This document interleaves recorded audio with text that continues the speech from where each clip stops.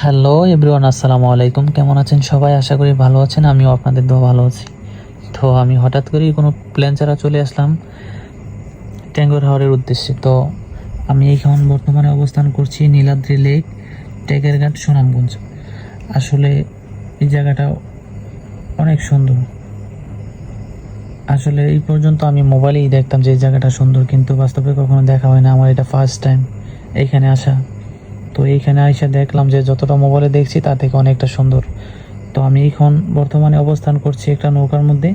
তো আপনারা দেখতেই পাচ্ছেন, আসলে নৌকার ওঠার যে একটা ফিল, সেটা আসলে নৌকায় ওঠার আগ পর্যন্ত বোঝা যায় না, ঠিক আছে? নৌকায় ওঠার পর বোঝা যায়, ঠিক আছে? তো এই ফিলটা নিতে গেলে আপনাদের সবার একবার হলেও নৌকাতে ওঠা দরকার। তো আপনারা দেখতে পাচ্ছেন যে আমার পিছনে বাংলাদেশের শেষ সীমান্ত ইন্ডিয়া বর্ডার। তো নৌকার মধ্যে থাইকা ওইটা একদম পুরোপুরি দেখা যায়। আসলে এইখানে যে ফিল, সেটা বলে বোঝানোর মতো না। জায়গাটা আসলে অনেক সুন্দর।